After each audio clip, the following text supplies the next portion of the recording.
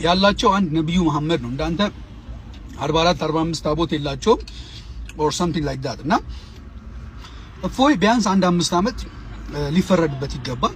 ይሄ ደግሞ ለሌሎቹ ደግሞ ማስተማሪያ ይሆናል። ማለት ብቻ ሀገር እኮ የኦርቶዶክስ ብቻ አይደለችም።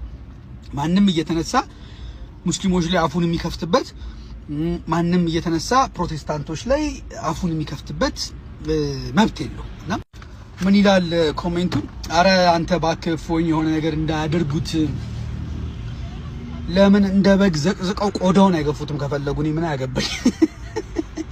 አም ሲሪየስ። እና በጣም ካዘኑለት ደግሞ እሱንም እኔም እፎይ ነኝ የሚሉትን ሰብስበው እንዲጢማቸውን ይንቀሉት ከፈለገ። ምክንያቱም እሱ ማን ነው ነብዩ መሐመድን ተቺ ያደረገው? በነብዩ መሐመድ ሙስሊሞች ታፍራላችሁ አታፍሩም? ማን ነው እሱ? ሙስሊሞች እንደነ ያያ ዘልደት አይነቱ ሶሪ ጋይስ እና እንደነ ያያ ዘልደቷ አይነቱ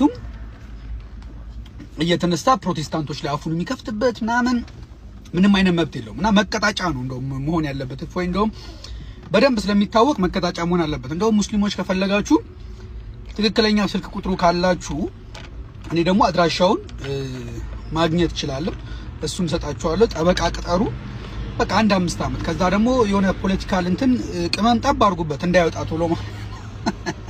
ምን መሰላችሁ? ሃይማኖታዊ ግጭት ለማስነሳት በኦርቶዶክስ እና በሙስሊም ላይ ብላችሁ ጣል አድርጉበት፣ እንደዛ ማለት ነውና ያኔ ሁሉም ሃይማኖት ኢትዮጵያ ውስጥ ተከባብሮ ይኖራል ማለት ነው።